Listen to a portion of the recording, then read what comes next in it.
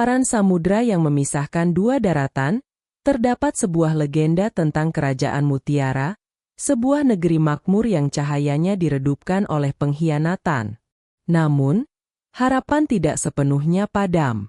Harapan itu tersembunyi di dasar laut, terbungkus dalam cangkang kokoh sebuah kerang raksasa, menunggu saat yang tepat untuk kembali ke permukaan dan bersinar. Ini adalah kisah tentang seorang putri yang diselamatkan oleh laut untuk kemudian kembali menjadi ombak yang akan membersihkan negerinya dari kezaliman. Di sebuah desa pesisir yang terpencil, hiduplah seorang nelayan tua bernama Kakek Banyu. Kulitnya yang legam dan keriput adalah peta dari perjalanannya selama puluhan tahun mengarungi lautan. Ia seorang pria beretnis Austronesia, berperawakan kurus namun liat, dengan rambut putih tipis dan mata yang jernih seperti air laut di hari yang tenang. Suatu pagi setelah badai dahsyat semalam, ia menemukan sebuah kerang raksasa yang luar biasa indahnya terdampar di pantai, dengan warna pelangi yang berkilauan di cangkangnya. Dengan sisa tenaganya, Kakek Banyu mencoba membuka kerang itu, mengira akan menemukan mutiara yang sangat besar. Namun, apa yang ia temukan di dalamnya jauh lebih berharga. Di atas lapisan lumut laut yang lembut, terbaring seorang bayi perempuan mungil yang sangat cantik. Kulitnya putih bersih seperti pasir pualam, dan beberapa helai rambutnya yang hitam legam berkilau seperti rumput laut basah. Matanya terpejam, napasnya teratur dan tenang.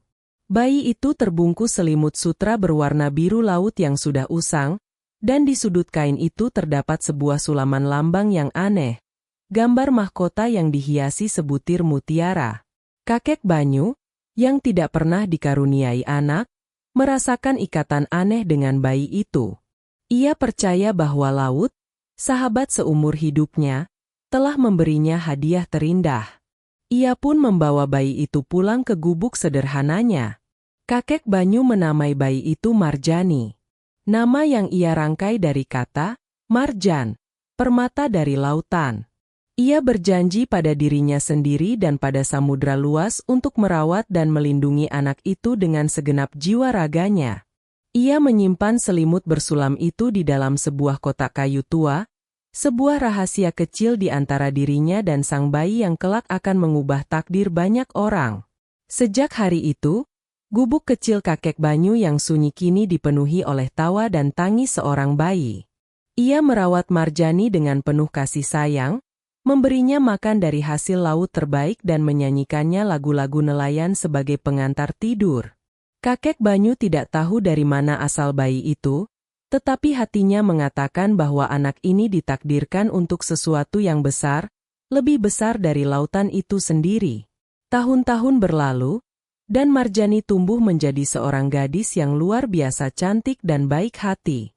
Ia mewarisi ciri fisik Austronesia dari lingkungan sekitarnya, dengan kulit sawo matang yang eksotis karena selalu bermain di bawah sinar matahari, kontras dengan kulit putihnya saat bayi. Rambutnya yang hitam legam tumbuh panjang dan bergelombang.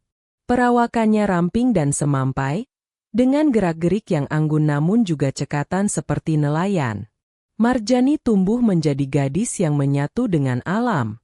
Ia lebih suka bertelanjang kaki di atas pasir daripada memakai alas kaki. Ia bisa membaca arah angin hanya dengan melihat riak air dan tahu kapan ikan akan melimpah hanya dengan melihat warna langit. Ia membantu Kakek Banyu memperbaiki jala, mengeringkan ikan, dan menjual hasil tangkapan mereka di pasar desa.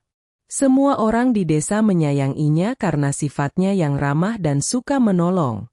Karena asal-usulnya yang unik dan kecintaannya pada laut, penduduk desa memberinya julukan, Putri Kerang. Awalnya Marjani malu dengan julukan itu, tetapi lama-kelamaan ia menerimanya dengan senang hati. Ia sering menghabiskan waktu di pantai tempat ia ditemukan, mengumpulkan kerang-kerang kecil dan membuat kalung serta gelang yang indah darinya. Ia merasa memiliki ikatan khusus dengan kerang, seolah benda itu adalah bagian dari dirinya. Meskipun hidup dalam kesederhanaan, Kakek Banyu selalu mendidik Marjani dengan ajaran kebijaksanaan. Ia mengajarinya untuk menjadi kuat seperti batu karang, lembut seperti pasir, dan bijaksana seperti lautan yang dalam. Lautan memberi kita kehidupan, Marjani, kata kakek Banyu suatu hari. Tapi ia juga bisa mengambilnya. Hormatilah kekuatannya, dan kau akan selalu aman. Marjani tidak pernah bertanya tentang orang tua kandungnya. Baginya, kakek Banyu adalah seluruh dunianya. Namun, terkadang saat menatap cakrawala di seberang lautan, ia merasakan sebuah kerinduan yang aneh, sebuah bisikan samar di hatinya yang memanggilnya menuju sebuah tempat yang tidak ia kenali. Sebuah takdir yang tersembunyi, menunggu untuk diungkap. Ketika Marjani beranjak dewasa, sebuah kapal dagang besar dari negeri seberang berlabuh di dekat desa mereka untuk mengisi perbekalan. Ini adalah pemandangan langka yang menarik perhatian seluruh penduduk desa. Para pelaut dari kapal itu membawa cerita-cerita tentang dunia luar, tentang kota-kota besar, dan tentang kerajaan-kerajaan yang megah. Mereka juga membawa kabar duka dari negeri asal mereka, Kerajaan Mutiara. Para pelaut itu bercerita tentang seorang penguasa tiran bernama Panglima Guntur, yang merebut tahta bertahun-tahun yang lalu melalui kudeta berdarah. Ia memerintah dengan tangan besi, membuat rakyat hidup dalam ketakutan dan kemiskinan. Mereka juga menceritakan legenda yang masih hidup di antara rakyat, tentang sang putri mahkota yang hilang secara misterius pada malam kudeta itu. Banyak yang percaya sang putri masih hidup dan suatu hari akan kembali. Saat mendengar nama Kerajaan Mutiara dan kisah sang putri yang hilang, hati Marjani berdebar kencang tanpa alasan yang jelas. Para pelaut itu juga menunjukkan bendera kapal mereka, yang bergambar sebuah mahkota dengan hiasan sebutir mutiara di puncaknya. Lambang itu terasa begitu akrab, seolah ia pernah melihatnya di suatu tempat dalam mimpinya. Perasaan gelisah mulai menyelimuti dirinya. Malam itu, Marjani tidak bisa tidur. Ia membuka kotak kayu tua milik kakek Banyu secara diam-diam, tempat ia tahu sang kakek menyimpan barang-barang berharganya. Di dalamnya, ia menemukan selimut sutra biru laut yang sudah rapuh, selimut yang sama yang membungkusnya saat bayi. Dan di sana, di sudut kain itu, tersulam dengan benang emas sebuah lambang yang sama persis dengan yang ada di bendera kapal dagang itu. Jantungnya seolah berhenti berdetak. Potongan-potongan teka-teki mulai menyatu di benaknya. Penemuannya yang aneh, julukannya sebagai Putri Kerang, kerinduannya pada dunia di seberang lautan, dan kini, lambang kerajaan yang identik. Ia sadar bahwa hidupnya yang sederhana mungkin adalah sebuah kebohongan, dan takdir yang jauh lebih besar dan berbahaya sedang menunggunya. Melihat kegelisahan di wajah Marjani, kakek Banyu tahu bahwa waktunya telah tiba. Dengan berat hati, ia duduk di samping Marjani dan menceritakan semua yang ia tahu. Ia menceritakan tentang badai, penemuan kerang raksasa, dan bayi mungil di dalamnya. Ia mengeluarkan selimut bersulam itu dan menunjukkannya pada Marjani, membenarkan apa yang telah gadis itu temukan. Aku tidak tahu pasti asalmu, nak, kata kakek Banyu dengan suara bergetar. Tetapi beberapa tahun setelah aku menemukanmu, seorang pria sekarat terdampar di pantai ini. Ia adalah seorang pelayan istana dari Kerajaan Mutiara.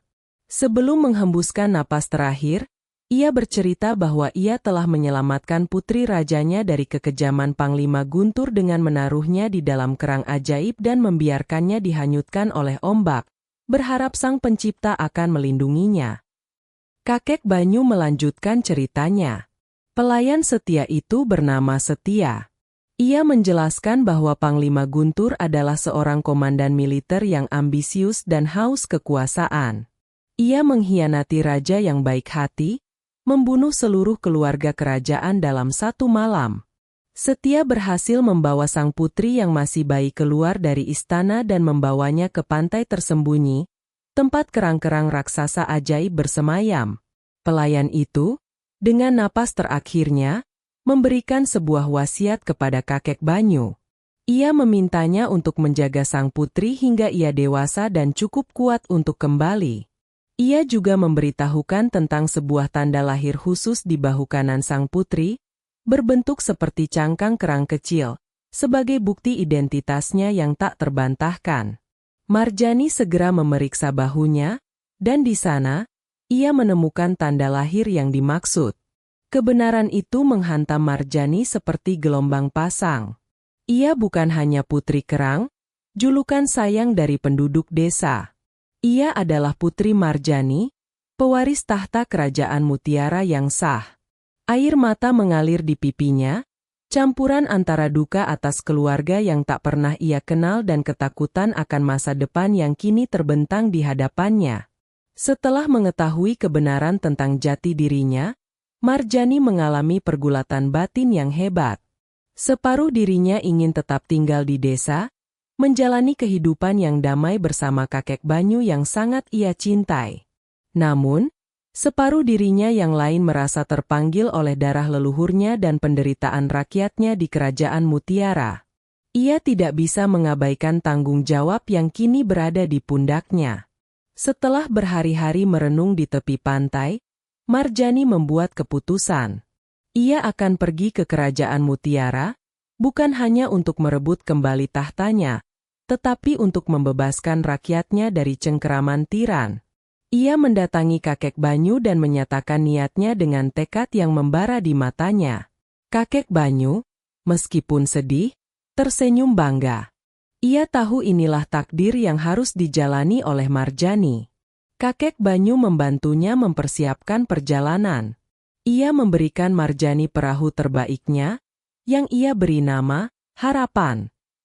Ia juga memberinya sebuah kalung sederhana yang terbuat dari pecahan kerang raksasa tempat Marjani ditemukan. Jangan pernah lupakan dari mana kau berasal, nak, pesannya. Kekuatan seorang ratu bukan hanya datang dari mahkotanya, tetapi juga dari kebijaksanaan dan kerendahan hatinya. Dengan bantuan para pelaut dari kapal dagang yang bersimpati padanya, Marjani mempelajari rute menuju kerajaan Mutiara. Ia mengucapkan selamat tinggal yang mengharukan kepada kakek Banyu dan seluruh penduduk desa yang telah menjadi keluarganya. Saat perahu, Harapan, mulai berlayar menjauhi pantai, Marjani menoleh ke belakang, menyimpan gambaran desa kecilnya di dalam hati sebagai sumber kekuatannya. Perjalanan mengarungi lautan terasa berat dan penuh tantangan, tetapi tekad Marjani tidak pernah goyah. Ia bukan lagi hanya seorang gadis nelayan. Ia adalah seorang putri dalam sebuah misi, seorang pewaris tahta yang pulang untuk menuntut haknya.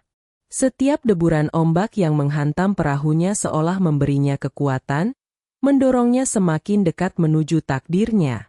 Marjani akhirnya tiba di pesisir kerajaan Mutiara. Pemandangan yang menyambutnya sungguh menyayat hati. Desa-desa tampak kumuh, rakyatnya kurus dan mengenakan pakaian compang-camping, dan raut wajah mereka penuh dengan ketakutan dan keputusasaan. Ini sangat berbeda dari cerita tentang kerajaan yang makmur dan sejahtera yang pernah ia dengar. Pemerintahan Panglima Guntur benar-benar telah merenggut jiwa dari negeri itu. Menggunakan pengetahuannya sebagai rakyat biasa, Marjani menyamar dan mulai berbaur dengan para nelayan dan pedagang kecil. Ia tidak langsung mengumumkan identitasnya. Sebaliknya, ia mendengarkan keluh kesah mereka, memahami penderitaan mereka, dan berbagi sedikit makanan yang ia miliki.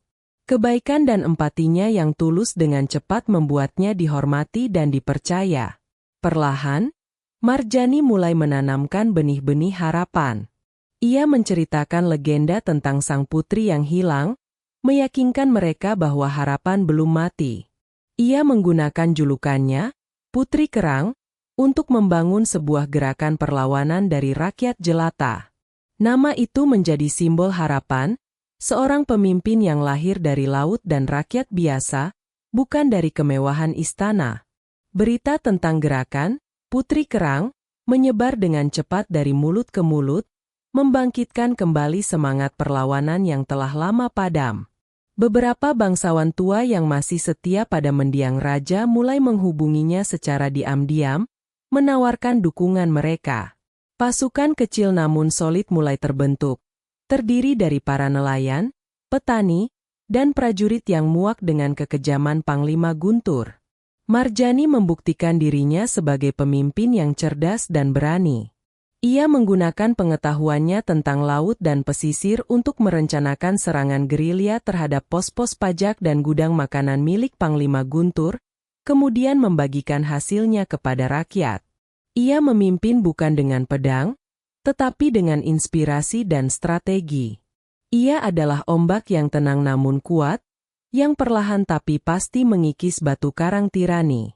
Puncak dari perlawanan itu tiba. Dengan dukungan rakyat yang kini berkobar semangatnya, Marjani memimpin pasukannya menyerbu ibu kota dan merangsek masuk ke dalam istana.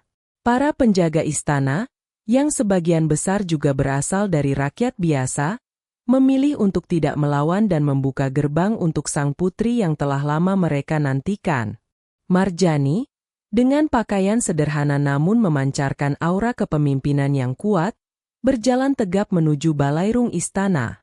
Di sana, di atas singgasana yang megah, duduklah Panglima Guntur.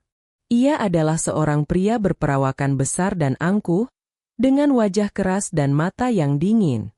Ia tertawa meremehkan saat melihat Marjani. Jadi ini putri kerang yang dibicarakan orang? Hanya seorang gadis nelayan dekil, cibirnya. Aku mungkin dibesarkan oleh laut, jawab Marjani dengan suara yang tenang namun menggema di seluruh ruangan. Tetapi di dalam nadiku mengalir darah para raja kerajaan Mutiara. Akulah Putri Marjani, pewaris sah tahta ini. Panglima Guntur tertawa semakin keras, menyebutnya penipu dan memerintahkan pengawal pribadinya untuk menangkapnya. Namun, sebelum para pengawal bergerak, Marjani dengan tenang menyingkap kain di bahu kanannya, menunjukkan tanda lahir berbentuk cangkang kerang kecil yang bersinar lembut di bawah cahaya lampu. Para bangsawan tua dan prajurit senior yang hadir di sana terkesiap. Mereka mengenali tanda itu sebagai tanda lahir keramat milik keluarga kerajaan yang telah diramalkan oleh para tetua sejak lama. Melihat keraguan di wajah para pengawalnya, Panglima Guntur menjadi murka dan menarik pedangnya untuk menyerang Marjani. Namun, rakyat dan para prajurit yang telah memihak Marjani kini serentak bergerak maju, membentuk perisai manusia di sekeliling putri mereka. Kekuasaan Panglima Guntur yang dibangun di atas ketakutan runtuh dalam sekejap saat rakyatnya menemukan keberanian mereka. Tanpa dukungan, ia pun berhasil dilucuti dan ditangkap. Dengan jatuhnya Panglima Guntur, sorak-sorai kemenangan dan kelegaan menggema di seluruh penjuru kerajaan. Tirani telah berakhir, dan fajar baru telah menyingsing di kerajaan Mutiara. Putri Marjani, sang putri kerang, secara aklamasi diakui sebagai pemimpin dan ratu mereka yang sah. Upacara penobatannya dilangsungkan dengan meriah, dihadiri oleh seluruh rakyat dari berbagai kalangan. Marjani naik tahta, mengenakan mahkota mutiara milik ibunya. Namun, ia tidak pernah melupakan asal-usulnya. Ia memerintah dengan kebijaksanaan yang ia pelajari dari kakek Banyu dan empati yang ia dapatkan dari kehidupannya sebagai rakyat biasa. Ia menghapuskan pajak yang menindas, membangun kembali desa-desa, dan memastikan bahwa setiap rakyatnya mendapatkan keadilan dan kesejahteraan. Salah satu tindakan pertamanya sebagai ratu adalah mengirim kapal kerajaan untuk menjemput kakek Banyu. Nelayan tua itu tiba di istana dan disambut dengan pelukan hangat dari Marjani. Ia diangkat menjadi penasihat utama kerajaan, kebijaksanaannya tentang laut dan kehidupan menjadi panduan berharga bagi pemerintahan sang ratu. Kalung dari pecahan kerang selalu dikenakan Marjani di balik gaun kerajaannya sebagai pengingat akan jati dirinya. Di bawah kepemimpinan Ratu Marjani, kerajaan Mutiara kembali mencapai puncak kejayaannya, bahkan lebih bersinar dari sebelumnya karena kini dibangun di atas fondasi cinta, keadilan, dan persatuan. Kisah Putri Kerang menjadi dongeng yang abadi, Sebuah pelajaran berharga bagi semua orang. Bahwa nilai sejati seseorang tidak ditentukan oleh tempat ia dilahirkan atau kemewahan yang ia kenakan, melainkan oleh kekuatan hati dan keberanian untuk memperjuangkan apa yang benar, layaknya mutiara indah yang terbentuk di dalam cangkang yang paling sederhana sekalipun.